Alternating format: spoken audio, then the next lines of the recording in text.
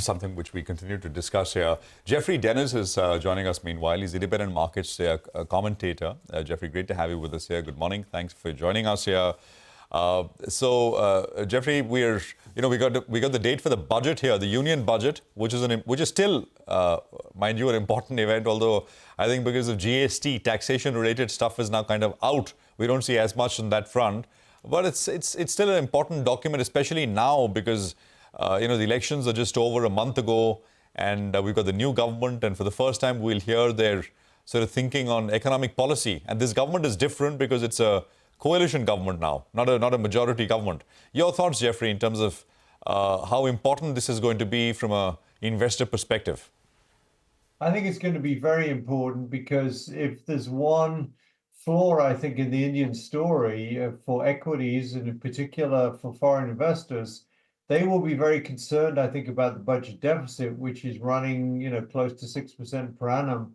And therefore, with the new government coming in, the foreign investors will want to see what the priorities of the new government will be, what they can do to obviously maintain the growth of the economy, which remains, of course, very strong and is a big positive factor for the markets, but at the same time, try to rein in the budget deficit here because it's frankly too high and it represents a risk factor. And I think that without making too tenuous a link by saying this, but the extraordinary result of the French elections today, where it was the left-wing coalition that won, not the right-wing coalition, I think increases fiscal risks in France, and therefore, by definition, there could be some fallout across Europe on the fiscal side. So it becomes very, very important, I think, for the new government to introduce a budget that is fiscally responsible and looks towards a pattern of lower deficits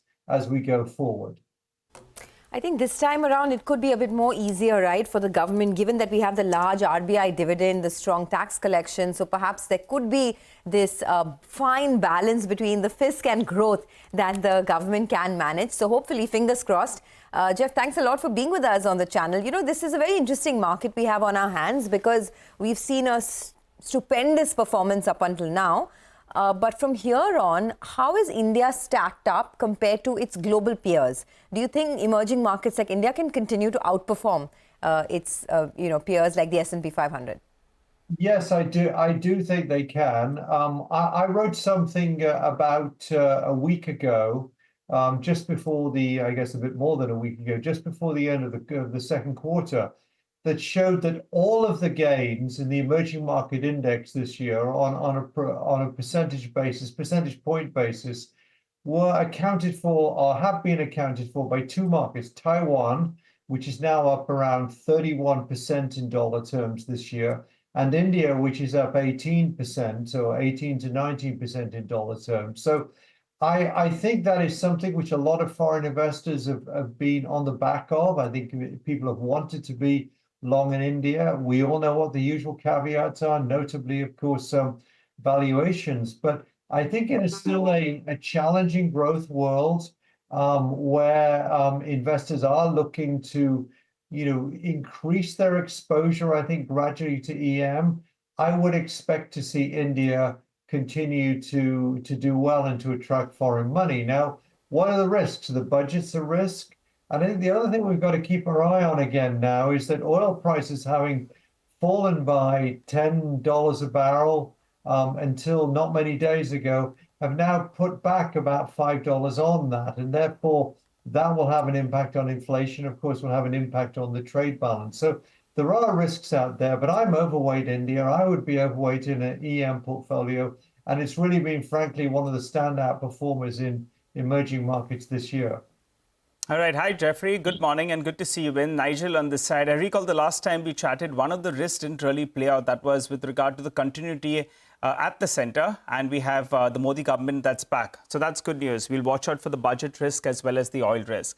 Since we've spoken enough about the emerging markets, I wanted to understand, how do you expect the Fed to go ahead from here on? We've got various data points in the last week or so, and they're indicating some softness. At least that's what the market believes. And that's why the probability of getting a rate cut now in September has moved up to around 77%. Are you in the camp that believes maybe we get 2 rate cuts? before the end of this calendar year? I believe we will. I believe we will get a rate cut in September, and I believe we'll get one in December as well.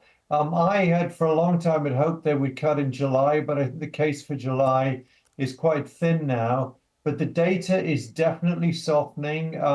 Most notably, the payroll, as you said earlier in the show, the payroll revisions that came through of prior months that came through in the June data, the pickup once again in unemployment to 4.1%.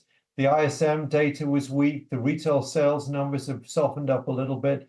So although I don't expect the inflation numbers this coming week to really bring the year-on-year rate down much, but I think they'll bring the shorter term 3 and 6 month annualized rates down. So I think we are really lining up now for a rate cut in September, and I think there'll be room for a rate cut in December as well. And this is why, quite honestly, why I'm still very optimistic about equities worldwide, including in the US and including, frankly, in EM. But if you're going to get broader appreciation of emerging market equities from here, you need a softer dollar, which we really haven't seen. And this is why the distortive effects of India and Taiwan have been so dramatic this year. But eventually, if the Fed does cut rates further and into 2025, the dollar will eventually come down. That will help EM. But I see 50 basis points of cuts between now and the end of the year. Okay, 50 basis points rate cuts between now and the end of the year. Got that. Jeff, always a pleasure speaking to you. Thank you and have a great week ahead. That's the word coming in on the markets. They're overweight on India, and they believe that their emerging markets could continue to outperform developed markets going forward. Let's slip into a quick break. Plenty of stocks to talk about, so we'll take it straight to the top 10 list of stocks in just a bit. Stay with us.